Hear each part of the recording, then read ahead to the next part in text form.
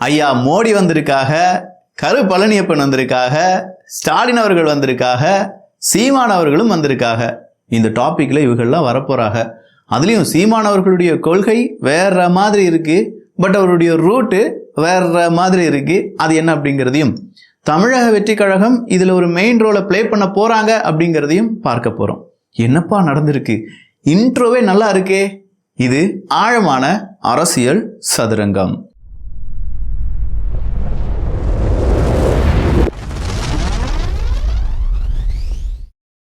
First நாம பார்க்க வேண்டிய சப்ஜெக்ட் யார் அப்படின்னு பார்த்தா பரு கழனியப்பன் அவர்கள் தான். இந்த பரு கழனியப்பன் அப்படின்னு சொல்லக்கூடிய இவர் யார் அப்படின்னு கேட்டிங்கன்னா, ஒரு காலகட்டத்தில் ரொம்ப முக்கியமான நபராக அறியப்பட்டு பிற்காலகட்டத்தில் திமுகவினுடைய உறுப்பினராக மாறி பின் திமுகவை நான் தான் வழி நடத்துகிறேன் அப்படின்னு சொல்லக்கூடிய மனப்பான்புடன் இருக்கக்கூடிய ஒரு நபர்.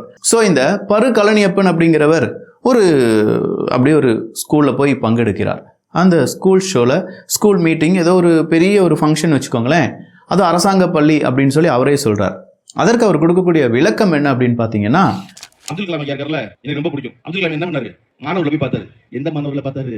சின்ன பிள்ளைகளை பார்த்தாரு இல்ல, தனியார் பள்ளி பிள்ளைகளை பூரா போய் பார்த்தாரு. ஐயாவுக்கு நேரம் இல்ல, அரசு பள்ளி பிள்ளைகளை போய் பார்க்கறதுக்கு நினைச்சிட்டு நான் என்ன செய்வேன்னா, அப்துல் கலாம் ஐயா விட்ட இடத்துல தொடர்பு நம்ம அரசு பள்ளி பிள்ளைகளை போய் பார்ப்போம்னு நினைச்சேன். உங்களுக்கெல்லாம் ஐயா ஏபிஜே அவர்களை பத்தி தெரியும்ல.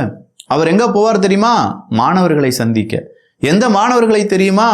எந்த மாணவர்கள்? தனியார் பள்ளி மாணவர்களை மட்டும்தான் அவர் சந்திப்பார் அப்படின்னு சொல்லி ஏபிஜே அப்துல் கலாம் ஐயா அவர்கள் மீது ஒரு கருப்பு மசியை தூக்கி வீசுறார். அவர் ஏதோ தனியார் பள்ளியில் இருக்கக்கூடிய மாணவர்களை மட்டும்தான் பார்த்த மாதிரியும், இங்க இருக்கக்கூடிய கவர்மெண்ட் ஸ்கூல் பிள்ளைகளை அவர் பார்க்காத மாதிரியும் ஒரு பெரிய வன்மத்தை அங்க விதைக்கிறார். அப்துல் கலாம் ஐயா அவர்கள் மீது வன்மத்தை விதைத்த அதே நபர் அடுத்ததா என்ன தெரியுமா சொல்றாரு?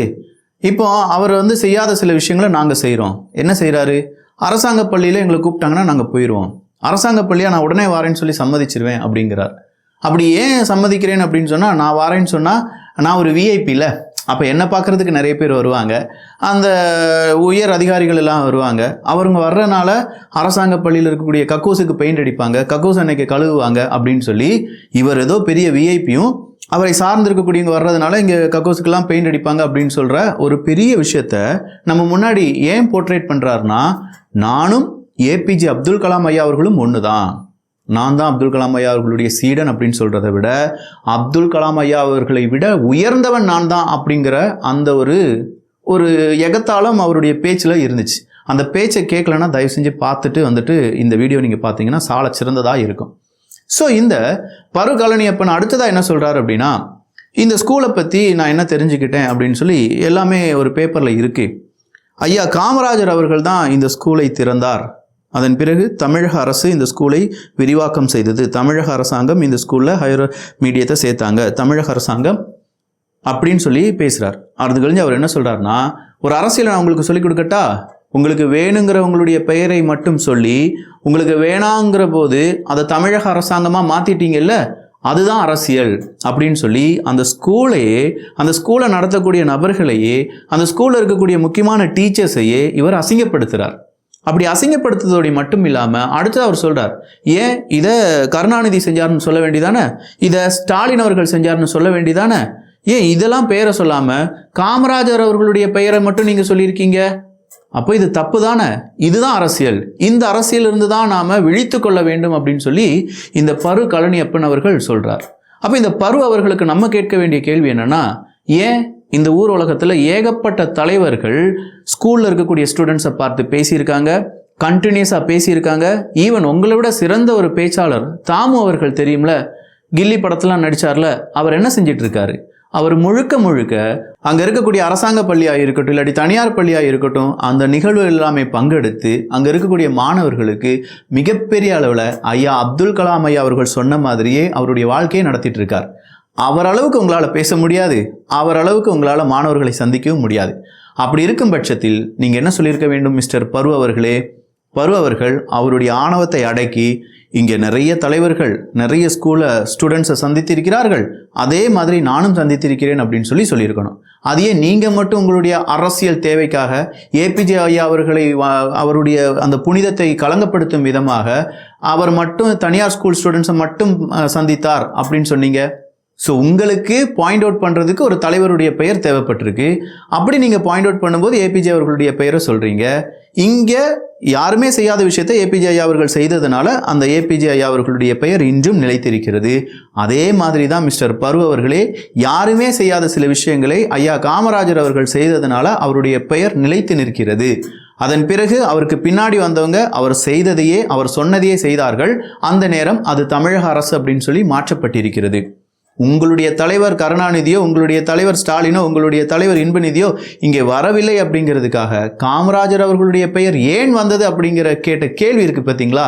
இந்த இடத்துல மிஸ்டர் பருப்பு இல்லை பரு கலனியப்பன் அவர்களே, அந்த உண்மை முகம் வெளியில் தெரிந்துவிட்டது.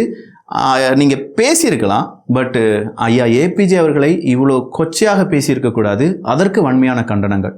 இதை பற்றி ஏன் அந்த ஸ்கூல் ஸ்டூடெண்ட்ஸ், அங்கே இருக்கக்கூடிய பெரிய ஆசிரியர்கள் ஏன் இதை யாரும் எதிர்ப்பு தெரிவிக்காமல் விட்டார்கள் அப்படிங்கிறது தெரியலை. ஏன்னா இந்த அளவுக்கு ஏபிஜே அவர்கள் மீது ஒரு வன்மத்தை தெளித்த ஒரு நபர் எப்படி மாணவர்களுக்கு நல்ல உரையை கொடுத்திருப்பார்? காமராஜர் அவர்கள் மீது இவ்வளவு வன்மத்தை வைத்திருக்கக்கூடிய ஒரு நபர் எப்படி அங்கே இருக்கக்கூடிய குழந்தைகளையும் அங்கே இருக்கக்கூடிய ஆசிரியர்களையும் சமமாக நடத்தி இருப்பார்? ஏகப்பட்ட வன்மம் நிறைந்த இந்த மாதிரியான நபர்களை கூப்பிட்டு கக்கூஸ் எல்லாம் கிளீன் பண்ண வைக்காதீங்க. ஆமாம், இல்லை இவர் வர்றதுனால கக்கூஸை கிளீன் பண்ண வைக்காதீங்க. ஆமாம், அவர் அதை வேற பெருசாக சொல்லிட்டு இருக்கார். சரி, விட்டுருவோம். பரு கலனியப்பன் அவர்களுக்கு இதுவே சரியாக இருக்கும். ஏன்னா அவர் தான் நிறைய ஊடகத்தில் நிறைய நபர்லாம் வச்சுருக்காரு பார்த்தீங்களா? இனி அவரை வச்சு நம்பி எடுப்பாராக இருக்கும். அடுத்ததாக இன்னொரு செய்தி வந்திருக்கு. அது வேறு எதுவுமே கிடையாதுங்க, மோடி அவர்கள் தான். மோடி அவர்கள் இங்கே தமிழ்நாட்டுக்கு வருகை தரும்போது அதை இங்கே யார் வரவேற்கிறார்களோ அது அசிங்கமான செயல் அப்படின்னு சொல்லி கடந்த ஆட்சியில் சொன்னவங்க இந்த முறை சொல்கிறாங்க, மோடி அவர்கள் தமிழ்நாட்டுக்கு வர்றது தமிழ்நாட்டுக்கு எவ்வளோ பெரிய பெருமை தெரியுமா அப்படின்னு சொல்கிறாங்க. போன முறை கருப்பு சட்டை போட்டிருந்தீங்களே சார், இந்த முறை ஒயிட் அண்ட் ஒயிட்டாக போட்டு உட்காந்துருக்கீங்களே சார் அப்படின்னு சொல்லி கேட்டால் அது போன எதிர்கட்சி, இப்போ நாங்கள் ஆளும் கட்சி அப்படின்னு சொல்கிறார். அதே ஆளும் கட்சி நபர்கள் எல்லாமே உட்கார வச்சுக்கிட்டு டிஆர்பி ராஜா அவர்கள் உட்கார்ந்துருக்காங்க, அந்த பக்கமாக கனிமொழி அக்கா உட்காந்துருக்காங்க. அவங்க முன்னாடி மோடி அவர்கள் பேசுகிறாங்க. கடந்த 11 வருடங்களாக 11 மெடிக்கல் காலேஜை நாங்கள் தமிழ்நாட்டுக்கு கொடுத்துருக்கோம். கடந்த 10 வருடங்களாக 3 லட்சம் கோடி ரூபாய் தமிழ்நாடு அரசாங்கத்துக்கு நாங்கள் கொடுத்துருக்கோம். இந்த தமிழ்நாட்டுக்கு காங்கிரஸ் அரசாங்கம் செய்ததை விட 3 மடங்கு என்டிஏ உங்களுக்காக செய்திருக்கிறது அப்படின்னு சொன்னார் பாருங்க. அப்படி அவர் சொல்லும்போது டிஆர்பி ராஜா அவர்கள்லாம் காதை இப்படிலாம் செய்கிறார். என்னையா இது அப்படின்னு சொல்கிற அளவுக்கு இருந்துச்சு. பட் அவர் சொல்கிறது நியாயம் தானே, அவர் கொஞ்சம் டேட்டாவை அடுக்கி வச்சிருக்காருல. சரி, அதோடி நிப்பாட்டிட்டாரா? இல்லை, தூத்துக்குடிக்கெல்லாம் போனவர் தமிழ்நாட்டை பற்றி ரொம்ப பெரிய அளவில் பேசி நிச்சயமாக இந்த புண்ணிய பூமிக்கு வந்ததற்கு நான் பெருமைப்படுகிறேன் அப்படிங்கிற வார்த்தையெல்லாம் சொல்லிட்டார். இது ஒரு புறம் பெரிய ஒரு அரசியல் தாக்கத்தை ஏற்படுத்தி இருக்கலாம். ஏன்னா டிஎம்கே கூடயே வச்சுக்கிட்டு அவங்கள ஊமை குத்துறது அப்படிங்கிறது மோடி அவர்கள் செஞ்சு விட்டு போயிட்டார். இனி நாளைக்கு இதுக்கு ஐயோ அம்மா அப்படின்னு சொல்லி யார் கதற போகிறாங்க அப்படிங்கிறதுலாம் தெரியல. அடுத்ததாக வந்திருக்கக்கூடிய இன்னொரு செய்தி என்ன? ஸ்டாலின் அவர்களுக்கு உடல்நிலை சரியில்லை என்னெல்லாமோ சொல்கிறாங்க. அது அவரா இல்லாட்டி அங்கே இருக்கக்கூடிய ஹாஸ்பிட்டல்ஸ் ஒரு டெடிக்கேட்டடான ஒரு அறிக்கையை கொடுக்கும்போது தான் நமக்கு தெரியும் என்ன நடந்திருக்கு, அவருக்கு இதயத்தில் என்ன பிரச்சனை இருக்கா இல்லையா, சாதாரண பெட் ரெஸ்ட் தானே அப்படிங்கிறதெல்லாம் போக போக தான் தெரியும். பட் ஆனாலுமே நான் ஃபைல்ஸ் எல்லாம் பார்த்துட்டேன், பிரதமர் அவர்கள் கூட என்னெல்லாம் டிஸ்கஸ் பண்ணணும் அப்படிங்கிறதெல்லாம் நான் ஓய்வில் இல்லாமலேயே எல்லாத்தையும் எழுதி முடிச்சிட்டேன் அப்படின்னு சொல்லி லுங்கியுடன் இருக்கக்கூடிய புகைப்படம் எல்லாமே வெளியானது. ஸோ இது ஒரு புறம் இருக்க, எம்ஜிஆர் மாதிரி ஸ்டாலின் அவர்கள் படுத்துக்கிட்டே ஜெயிச்சிருவார் அப்படின்னு சொல்லி ஏகப்பட்ட பேர் கம்பு சுற்றிட்டு இருக்காங்க. அந்த காலம்லாம் மலையேறி போச்சு. இப்போ இருக்கக்கூடிய சமகாலத்தில் படுத்தா மட்டும் கிடையாது, சுழண்டடித்தாலும் மக்கள் மனதில் இடம்பெறுவது அப்படிங்கிறது ரொம்ப பெரிய அளவில் கஷ்டமாக இருக்கிறதுனால தான் பல அரசியல் தலைவர்களும் இப்போதே சுற்றுப்பயணத்தை மேற்கொள்கிறார்கள். இப்போதே மக்கள் மத்தியில் பேச ஆரம்பிச்சிருக்காங்க. இப்போ மறுபடியும் சீமான் அவர்கள்கிட்ட வந்து நிற்கிறோம். சீமான் அவர்களுடைய கொள்கை என்ன அப்படின்னு பார்த்தீங்கன்னா தமிழ் தேசியம். இந்த தமிழ் தேசியத்துக்கு மிகப்பெரிய அளவில் இடையூறாக இருந்து இல்லாட்டி தமிழ் தேசியத்தை அழித்த, ஈழத்தை அழித்த மிகப்பெரிய பங்கு இப்போதும் காங்கிரஸுக்கும் திமுகவுக்கும் இருக்கிறது அப்படிங்கிறத பல நாம் தமிழர் கட்சியை சார்ந்த தம்பிகளும் சொல்வார்கள், சொல்லிக்கொண்டே இருப்பார்கள். மானாட மயிலாட முதல் அங்கிருந்த உண்ணாவிரதம் வரை பெரிய அளவு இம்பேக்டை எப்படியெல்லாம் ஏற்படுத்தியது அப்படிங்கிறது நம்ம எல்லாருக்குமே தெரியும். அப்படிப்பட்ட இடத்திலிருந்து தமிழ் ஈழம், மெதுவாக தமிழ் தேசியம் அது தமிழ்நாட்டில் காலூன்றியதற்கு காரணம் சீமானவர்கள் தான். சீமானவர்கள் இதுவரையிலும் எந்த கட்சியுடனும் கூட்டணி வைக்கல. அதுவே பெரிய ஒரு கொள்கையாக, அதுவே ஒரு பெரிய சக்ஸஸாக இருந்துச்சு. இதை மட்டுமே நம்பி நிறைய இளைஞர்கள் சீமானவர்கள் பின்னாடி போனாங்க. ஒரு கட்டத்தில் சீமானவர்கள் திராவிடத்தை தான் எதிர்ப்போம், இப்போ வர்ற கட்சிகள்லாம் சின்ன சின்ன பூச்சிகள், அதெல்லாம் எங்களுடைய எதிரி கிடையாது, எங்களுடைய எதிரி திமுக தான் அப்படின்னு சொல்லிட்டு இருந்தாங்க. ஆனால் மனுஷன் நேராக முத்து அவர்கள் இறந்ததற்கு அந்த வீட்டுக்கு போகாமல் அவங்களுடைய தம்பி வீட்டுக்கு வந்து, ஸ்டாலின் அவர்களுடைய வீட்டுக்கு வந்து, அதுவும் ரொம்ப பெரிய அளவில் ரெக்கமெண்டேஷன், அதில் டைம்லாம் கேட்டு மறுபடியும் அவங்க 2 பேர், சாட்டை துரைமுருகன் அவர்கள், இன்னும் சில நபர்கள் ப்ளஸ் சீமான் அவர்கள் சந்திக்கிறார்கள். அப்படி சந்தித்து அவர் முடிச்சுட்டு போன பிறகு ரொம்ப சாஃப்ட் கார்னராக சீமான் அவர்கள் பேசுவார் அப்படின்னு சொல்லி சவுக்கெல்லாம் சொன்னபோது நம்ம நம்பலை. அப்படிலாம் பேச மாட்டார் சீமான் அவர்கள். அவர் கொள்கை உறுதியுடன் இருப்பார், கண்டிப்பாக திமுகவை அதே வீரியத்துடன் எதிர்ப்பார் அப்படின்னு சொல்லி நம்ம நினச்சிட்டு இருந்தோம். திடுதிப்புன்னு பார்த்தா இன்னைக்கு ஒரு போரை அறிவித்திருக்கிறார். லட்சிய கூட்டத்திற்கும் ரசிகர் கூட்டத்திற்கும் இடையே போர், சண்டை. உயர்ந்த லட்சியத்தை கொண்டிருக்கிற சித்தாந்தமா சினிமாவா? இதாண்டா சண்டை. பொதுவா எனக்கும் உனக்கும் இடையே இருக்கக்கூடிய உரசல், எனக்கும் அவனுக்கும் இருக்கக்கூடிய சண்டை, இந்த மாதிரியான வார்த்தைகள் சின்ன லெவல் ஆஃப் ஒரு வார்த்தைகள் தான். ஆனால் யுத்தம் அப்படிங்கிறது ஒரு பெரிய விஷயம். அந்த யுத்தம் அப்படின்னு சொல்லி ஒரு நாடு டிக்ளேர் பண்ணுதுன்னா பல இடங்களிலும் யோசித்த பிறகு தான் ஒரு நாடு இன்னொரு நாட்டுக்கு எதிராக நாங்கள் யுத்தத்தை டிக்ளேர் பண்ணுறோம் அப்படின்னு சொல்லுவாங்க. அதே மாதிரி ஒரு யுத்தத்தை டிக்ளேர் பண்ணியிருக்கார். அது கொள்கை கூட்டமும் ரசிக கூட்டமும் அப்படின்னு சொல்றார். இங்கே கொள்கை கூட்டம் அப்படின்னு சொல்லி நாம் தமிழர் கட்சியையும், ரசிக கூட்டம் அப்படின்னு சொல்லி திரைப்படத்துறையிலிருந்து வந்த விஜய் அவர்களையும் குறிப்பிட்டிருக்கிறார். இங்கே திரைப்படத்திலிருந்து வந்தவங்க ஜெயிக்கக்கூடாது, திரைப்பட கவர்ச்சி இங்கே இருக்கக்கூடிய இளைஞர்களுக்கு இருக்கக்கூடாது அப்படின்னு சொல்றார். திரைப்பட கவர்ச்சி இங்கே இருக்கக்கூடிய இளைஞர்களுக்கு இருக்கக்கூடாது, 100% உண்மை. நானும் அதற்கு உங்கள் பக்கம் வந்து நிற்கிறேன். ஆனால் அதே திரைப்பட கவர்ச்சியிலிருந்தான உதயநிதி ஸ்டாலின் அவர்கள் வந்தார். அதே திரைப்பட கவர்ச்சி தானே பராசக்தியிலிருந்து கருணாநிதி அவர்கள் வசனம் எழுதி திரைப்பட கவர்ச்சி வழியாக தானே மக்களை பெரிய அளவில் எடுத்தாங்க. அதே திரைப்பட கவர்ச்சியில் தானே சீமான் அவர்கள் டைரக்டர் சீமான் அப்படின்னு சொல்லி அறியப்பட்டார். அந்த டைரக்டர் சீமான் அவர்களுக்கு சப்போர்ட் பண்ண பாரதி ராஜா அவர்களாக இருக்கட்டும், அமீர் அவர்களாக இருக்கட்டும், ஏன் ஈவன் சத்யராஜ், இவங்கெல்லாம் எங்கேருந்து வந்தவங்க? என்ன வானத்துலேருந்தா குதிச்சிங்க டபார்னி? திரைப்படத்துறையில்தானே வந்தீங்க. அதெல்லாம் தப்பு சொல்லலை. ஆனால் நீங்கள் சொன்ன விஷயம் இங்கே நறுக்குன்னு சில நபர்களுக்கு, குறிப்பாக நாம் தமிழர் கட்சியை சார்ந்த தம்பிகளுக்கே ஒரு பெரும் ஒரு ஏமாற்றத்தை அளித்திருக்கிறது. எங்கள் அண்ணனா இப்படி பேசிட்டார் அப்படிங்கிற மாதிரி சீமானவர்களுக்கு எதிராக நிறைய தம்பிகள் அவங்களுடைய கருத்துக்களை பதிவு பண்ணுறாங்க. எனக்கும் யுத்தம் திராவிடத்துக்கும் அப்படின்னு பேசிட்டு இருந்தவர் சீமான் ஸ்டாலின் அவர்களுடைய சந்திப்புக்கு பிறகு என்னுடைய யுத்தம் திரைப்படத்துறையிலிருந்து வந்த விஜய் அவர்கள் தாவேகா அப்படின்னு சொல்லி சுருக்கி கொண்டார். உண்மையிலேயே யானையினுடைய பலம் தெரியாமல் சங்கிலியில் பிணைக்கப்பட்ட யானை அதே இடத்துல ஸ்டாச்சுவா நிற்கும். காரணம் என்ன? அந்த சங்கிலி அந்த யானையை கட்டிவிட்டது அப்படின்னு சொல்லி அது மனசுல நம்ப வச்சுட்டாங்க. என்னுடைய எதிரி திராவிடமே கிடையாது, இப்போது வந்திருக்கக்கூடிய இந்த தமிழக வெற்றி கழகம் தான், இப்போது வந்திருக்கக்கூடிய விஜய் அவர்கள் தான். இனி எந்த பந்த பாசத்துக்கும் இடம் கிடையாது. ஒருத்தனை நம்ம ஓங்கி வெட்ட போவோம், அந்த நேரத்தில் யாராவது முன்னாடி வந்து ஐயோ நம்ம சித்தப்பா பையன், ஐயோ நம்ம பெரியப்பா பையன் அப்படின்னு நம்ம நினச்சிட்டு இருந்தோம்ல, இதெல்லாம் இனிமே எடுபடியாகாது.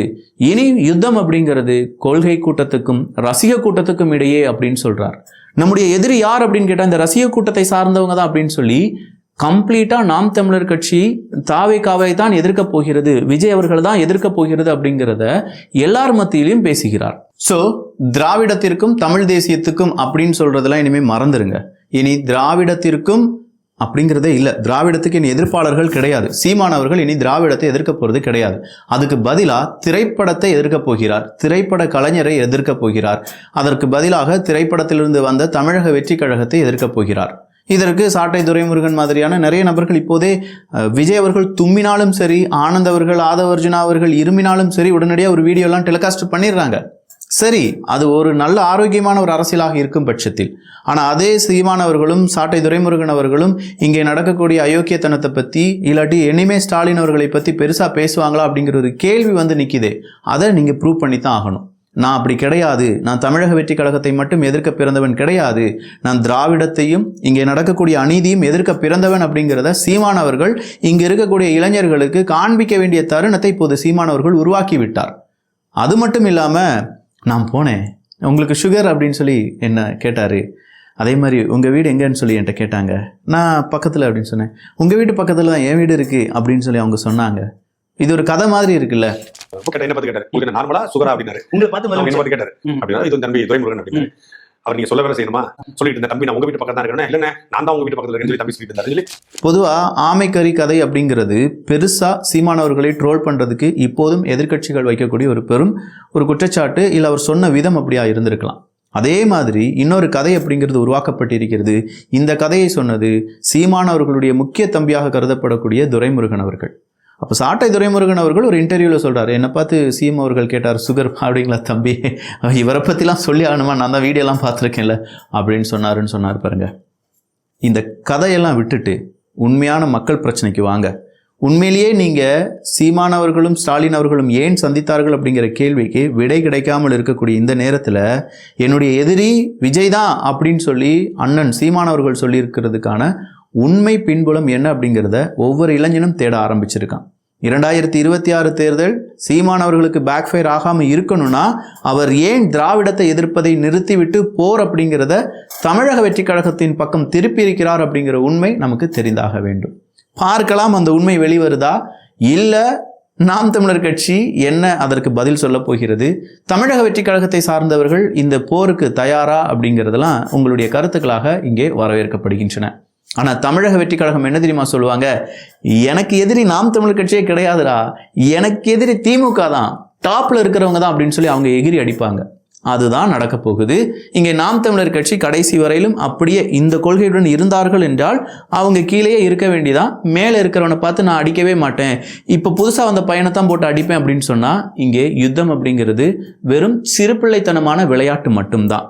நல்லதை பகிர்ந்து நல்ல சமுதாயத்தை உருவாக்குவோம். நன்றி, வணக்கம்.